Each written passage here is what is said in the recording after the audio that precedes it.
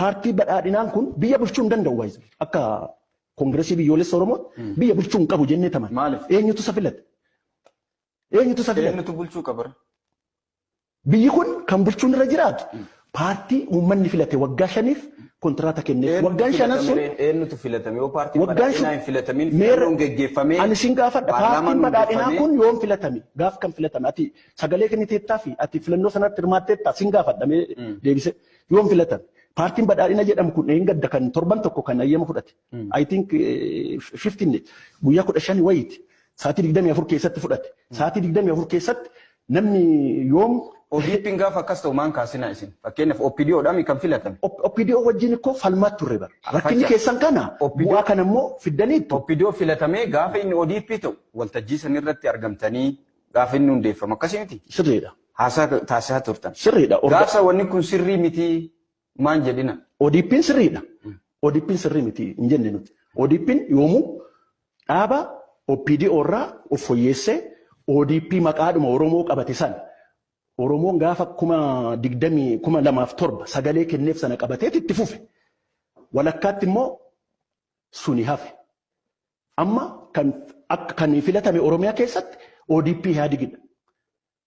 PP'n filatamne paartii tokko maqaa jijjiirachuun ODP ta'ee, OPDO ta'ee, PP ta'ee dhugumatti ajandaa kana jira moo dhoksaadhaan warri kaleessa isin ajajaa ture namoonni akka itti kaasanitti warri TPLF jala waan isaan hundeessaniif waan isaan ergataa turaniif TPLF irra kana keessa waan baateef qofa isaan wajjii baatanii mormitanii jedha. TPLF bahee dhiifateesaa dhimma koongireesii biyyoolessa Oromoo miti dhimma TPLF qofadha. Kana naa qabadhu. Dhimma taana wajjin mari'atanii nuyi amma kan na mari'achiisaa jirtu yoo akka marii taate yoo akka poolisii taate waliin galu jechuudha. Qorannoo poolisii isaanii poolisiin ture waan hin ta'eef waliin galu. Akka miidiyaa yoo taate nuyi dhaaba ODP jedhu beekna.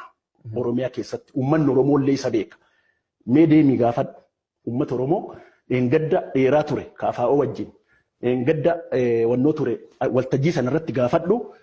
ODP kan jedhamutu filatame amma fulbaana 30tti aangoo kan qabu isa. PP kan jedhamu seerummaadhaan humnaan kan biyyattii kana bitaa jiru malee dhaabni akkas jedhamu torban tokko edda ayyama qabate yoom dorgomme edda si dorgommiin hin dhufne ganaa dorgommiin gara fuulduraatti jira. Maaltu ta'uu malee jettanii sila? Kan ta'uu malu silaa warri godhani waa'ee isaanii nu galchu murteessaan uummata Oromoo. Waan kaaftan fakkeenyaaf wayyaaniin qabeenya Oromoo saamtee nu bitaa turte jettanii kaaftanii turtan. Kan dur waltajjii ODP fa. So namoota qabeenya Oromoo saaman wajjin akkamitti walii galuu dandeessan? Ani kan naa galu asirratti gaafii gaarii naa kaafte. Gaafii ani garaa keessa na naanna'ee amma ammaatti na haarsaa jiru naa kaafte. Ani har'a gara waggaa 50 jala ga'eera. Sirna dargis nan beeka. Sirna addu'aawis nan beeka. Oromiyaa keessatti lafa Oromoo gandarraa kaasee lafa guddaa babal'aa kan saamaaf mallatteessee kennaa ture nama Oromoo ta'uusaan beekan. Nama Oromoo ta'uusa ebeluu isaa ammasitti nima ebeluu baluu ta'uun beekan. Akkamitti wayyaanee saameettanii kaasuu dandeettan? Addu'aaween koo wayyaanee jedhama. Addu'aaween wayyaanedha. Addu'aaween namni Oromiyaa keessatti akka Oromoo tokkotti anis ennaa waamu addu'aaween OPDO'nas wayyaanee jedhama. Ba'aadeenis wayyaanee jedhama. Dahideenis wayyaanee jedhama. Akkamitti? Abbaan isaanii wayyaaneedha. Abbaan isaanii wayyaaneen ati abbaa keetiin waamamtaan isa abbaa kiyyaanii waamama. Abbaan keessan eenyu? Kan koo Tasfaayee Tuuliiti. Akka paartiitti paartii kaabaa. Mararaa guddinaati. Otoo lakkaa'ameen mararaadha. Paartii moo namoota dhuunfate amma danqaa kan taane tokko. Paartii rakkoon qabu. Namoota paartii hoogganantu hooggansa bira jira rakkoon. As keessatti eenyutu haga barbaadamin deemin mee yeroon kennas deemaa jira waan ta'eef gabaabsinee xumuruudhaaf. Ani eenyuun nin jedha dhugaa rabbii dubbachuudhaaf paartii biyya bulchu keessattuu muummicha ministeera keenya Dr. Abiyyii fi obbo Lammaan waadaa guddaa fi abdii guddaa paartiilee Oromootis uummata Oromootis galan. Paartii kam biiroo kamiyyuu naanna'iitii gaafadhu waan sun keessaa waan tokko hin dalagamne. Waan tokko hin dalagamne. Ishi foroomiin ati irratti hirmaatte sun foroomii sana irratti dubbanne sun baatii sadiin akka wal geenyu adeemsa keessa immoo akka tokko taanuuf walitti dhufne. KFO'nis hin jira, ABO'nis hin jira. Dura teenyee turre. Maaliif hafe? Eddasii yoo gaaddisa Oromoo jedhanii hafe. Eddasii dhaabni ODP gara badhaadhinaatti jijjiirame sadan isaanii garuu hin jiru. Inni si nafe isa kan nu dubbisu.